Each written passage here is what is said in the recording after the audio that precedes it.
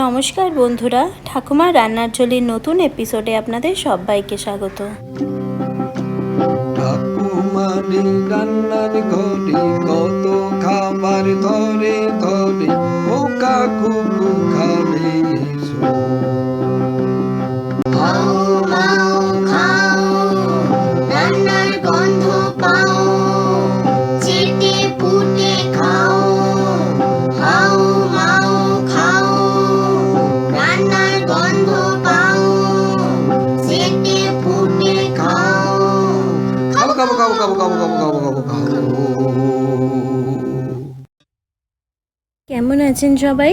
আশা করি সবাই খুব ভালো আছেন। প্রত্যেক সপ্তাহের মতন এই সপ্তাহতেও আমরা একটা নতুন রেসিপি নিয়ে চলে এসেছি। বাইরে প্রচণ্ড গরম পড়েছে, তাই এখন হালকা ফুলকা খাবার খাওয়াই ভালো। আর সেই গরমেরই আর একটা রেসিপি নিয়ে চলে এসেছি আপনাদের সাথে। আমাদের রেসিপিগুলো ভালো লাগলে আমাদের চ্যানেলটাকে একটা সাবস্ক্রাইব করার অনুরোধ রইল। তাহলে চলুন রান্নাঘরে গিয়ে দেখি আজকে মা কী বানায়। মা বলল বাড়িতে ঝিঙে রয়েছে, আর গরমকালে ঝিঙে কিন্তু খুব ভালোই পাওয়া যায়। তাই আজকে আপনাদের ঝিঙে দিয়ে একটা রেসিপি তৈরি করে দেখাবো। তো প্রথমেই এখানে ঝিঙেটাকে ভালোভাবে ছাড়িয়ে নিয়ে এরকম ডুমো ডুমো করে কেটে নেওয়া হচ্ছে। ঝিঙেগুলোকে খুব কিন্তু ছোট করে কাটলে হবে না, এরকম মাঝারি সাইজেরই কাটতে হবে। তাহলে আগে ঝিঙেগুলোকে কেটে নেওয়া হোক, তারপর এই ঝিঙে দিয়ে কি রেসিপি করা হয় সেটা দেখুন। আমাদের রেসিপিগুলো আপনাদের ভালো লাগলে একটা সাবস্ক্রাইব করার অনুরোধ রইল। এতে আমরা অনেক অনুপ্রাণিত হই নতুন নতুন ভিডিও তৈরি করার জন্য। সবজি ঠিকঠাক মতো করে কাটা কিন্তু খুব ইম্পর্টেন্ট, যাতে সব সবজিগুলো যা যা আমরা ইউজ করব একসাথে সেদ্ধ হয়ে যায়। তাই আপনাদেরকে এই সবজি কাটাও কিন্তু আমরা এখানে দেখাই, যাতে ঠিকঠাক করে কেটে আপনাদের রেসিপিটাও ঠিক আমাদের মতনই টেস্টি হয়। তো এখানে ঝিঙেগুলো কাটা হয়ে গেছে। এর মধ্যে আমরা আর ব্যবহার করব আলু। আলুগুলোকেও কিন্তু এই রকম ঝিঙের সাইজেরই লম্বা করে কেটে নিতে হবে। সবজিগুলোকে সেম সাইজের কাটলে কিন্তু সেদ্ধ হতে সময় বেশি লাগে না, সব কটা সবজি কিন্তু সেম টাইমেই সেদ্ধ হয়ে যাবে। তাই আপনাদেরকে এখানে সবজিগুলো কেটে দেখানো হচ্ছে। তো আমাদের সবজি কাটা হয়ে গেছে। এবার মা এখানে আগে থেকে মুগ ডাল একটু ভিজিয়ে রেখে দিয়েছিল, সেই মুগ ডালটা এবার মিক্সিতে পেস্ট করে নিচ্ছে। আমাদের রেসিপিগুলো আপনাদের কেমন লাগছে কিন্তু কমেন্ট করে অবশ্যই জানাবেন। ভেজানো মুগ ডালের মধ্যে দেওয়া হচ্ছে একটা লঙ্কা। আপনারা যে যেমন ঝাল খাবেন সেই মতন কিন্তু লঙ্কা ব্যবহার করবেন। আমরা বাড়িতে একটু ঝাল কম খাই, তাই জন্য আমরা একটা লঙ্কার এরকম হাফ লঙ্কা এখানে দিচ্ছি, আর হাফ লঙ্কা আমরা তরকারিটা করার সময় দেব। এবার এটাকে খুব ভালোভাবে আমরা একটা পেস্ট বানিয়ে নেব। দেখুন এখানে কিন্তু একদমই এক্সট্রা করে জল ব্যবহার করা হয়নি। ভেজানোর সময় যে জল ছিল সেখান থেকে ছেঁকেই কিন্তু ডিরেক্ট আমরা এখানে মিক্সিতে পেস্ট করে নিয়েছি। এবার এই মিশ্রণটার মধ্যে দেওয়া হচ্ছে নুন, অল্প একটু পরিমাণে চিনি, হলুদ গুঁড়ো আর অল্প একটুখানি কালো জিরে দিয়ে এই পুরো মিক্সচারটাকে কিন্তু খুব ভালোভাবে ফেটাতে হবে। মা বলল যে যত ভালো করে এটাকে ফেটানো হবে তত নাকি এইটা দিয়ে যখন আমরা বড়া তৈরি করব, বড়াগুলো নাকি খুব সুন্দর হবে আর একদম শক্তও হবে না, নরম অথচ ক্রিস্পি বড়া তৈরি হবে। তার মানে বোঝা যাচ্ছে মা এই ডাল বড়া দিয়ে কোনো একটা তরকারি করবেন। চলুন দেখি কি করে। এবার আরেকটা পাত্রে এখানে নিয়েছে পোস্ত। এই ধরুন 3 বড় চামচ মতন পোস্ত। আপনারা যে যেমন পারেন সেই রকমই পোস্ত ব্যবহার করবেন অ্যামাউন্টটা। এবার এটাকে একটু জলে ভিজিয়ে রাখতে হবে যাতে বাটতে সুবিধা হয়। তাহলে এখানে এবার পোস্তটাও বেটে নেওয়া হলো। অপরদিকে এখানে কড়াইতে মা নিল একটু সর্ষের তেল। এবার এই সর্ষের তেলটাকে একটু গরম হতে দিতে হবে। সর্ষের তেল গরম হয়ে গেলে এর মধ্যে এবার মা বড়াগুলোকে ফ্রাই করবে। তাহলে দেখি মা কীভাবে বড়াগুলোকে ফ্রাই করে, তারপর এই বড়া দিয়ে কীভাবে তরকারিটা তৈরি করে সেটাই দেখব। মা বলল যে হালকা ফ্লেমে বা লো ফ্লেমে কিন্তু বড়াগুলোকে ভাজতে হবে।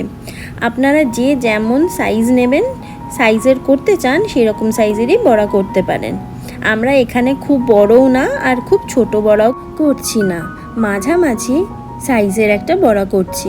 কেননা খুব বেশি বড় যদি আমরা বড়াগুলোকে করে নিই তাহলে ভেতরে ঝোলটাও ঢুকতে কিন্তু একটু সময় লাগবে আর ভাজতেও সময় লাগবে।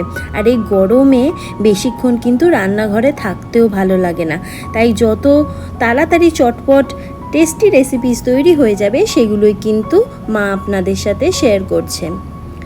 তাহলে এবার আমরা বড়াগুলোকে ভেজে নিই। এই ধরুন 5 মিনিট মতন ভাজলেই কিন্তু এই বড়াগুলো এইরকম একটু লাল লাল হয়ে যাবে। আর এই রকম লাল লাল বড়াই দরকার, খুব বেশি কিন্তু আমরা এটাকে ভাজবো না।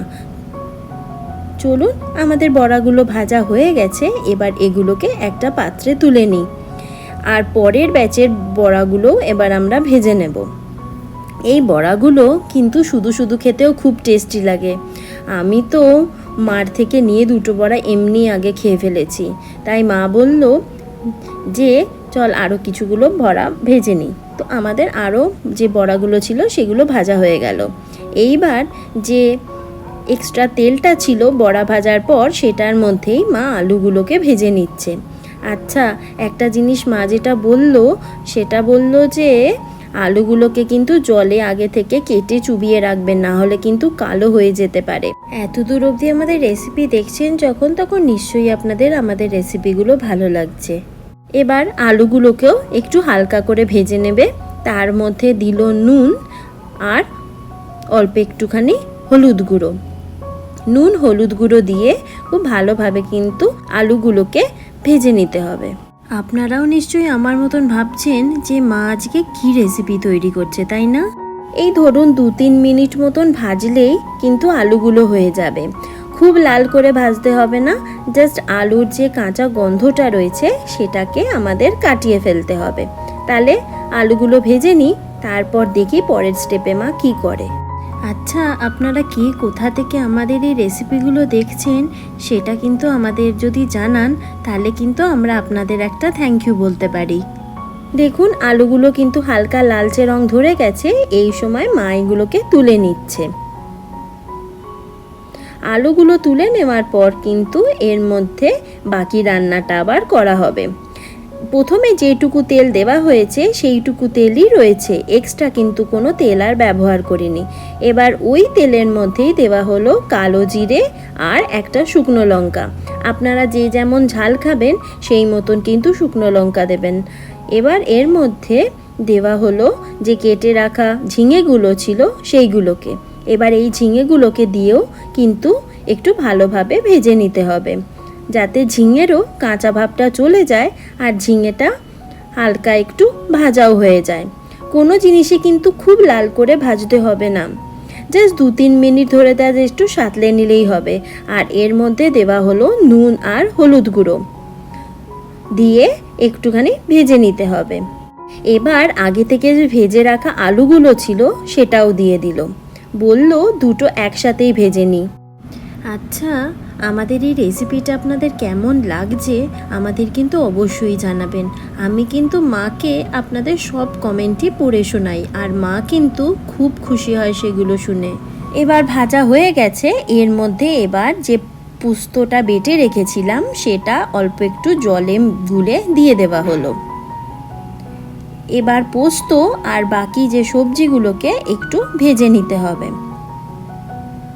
খুব বেশি ভাজার প্রয়োজন নেই, মা কিন্তু এটা বারবার করেই আমাকে বলেছে যে খুব ভাজতে হবে না, অল্প একটুখানি ভাজলেই হবে। কেন পোস্ত বেশি ভাজা হয়ে গেলে নাকি খুব একটা খেতে ভালো লাগে না, তাই হালকা একটু পোস্তর ফ্লেভার থাকবে সেটাই নাকি ভালো লাগে। এবার অল্প একটু জল দিয়ে এটাকে মা বলল একটু সেদ্ধ হতে দিতে হবে। ফ্লেমটা কিন্তু লো টু মিডিয়ামেই রাখা আছে, দিয়ে এটাকে এবার একটু সেদ্ধ হতে দিতে হবে। আর একটু পরিমাণ মতন জল দিয়ে দিতে হবে যাতে সব সবজিগুলো ভালোভাবে সেদ্ধ হয়ে যায়। আচ্ছা, অবশ্যই একটা জিনিস কিন্তু মাথায় রাখবেন, রান্নায় কিন্তু পানীয় জল ব্যবহার করবেন। তাতে শরীর যেমন ভালো থাকবে তেমনই পেটও কিন্তু ভালো থাকবে। তাই রান্নায় অলওয়েজ আমরা যে জলটা খাই সেই জলই ব্যবহার করবেন।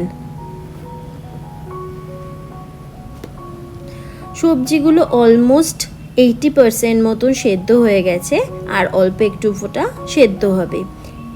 এই সময় এবার মা বলল এর মধ্যে এবার আমরা বড়াগুলোকে অ্যাড করে দেবো। যে ডালের বড়াগুলো আমরা আগে থেকে করে রেখেছিলাম সেই ডালের বড়াগুলোকে এবার দিয়ে দেওয়া হলো।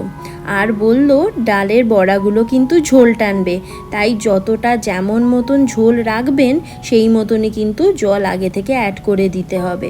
কেননা পরে আবার যদি আপনি জল অ্যাড করেন তখন কিন্তু টেস্টটা একদম ভালো লাগবে না। আর এই রেসিপিটাতে দেখুন তেমন কিছু পড়লই না, কিন্তু রেসিপিটা খেতে কিন্তু মনে হচ্ছে খুব টেস্টি হবে।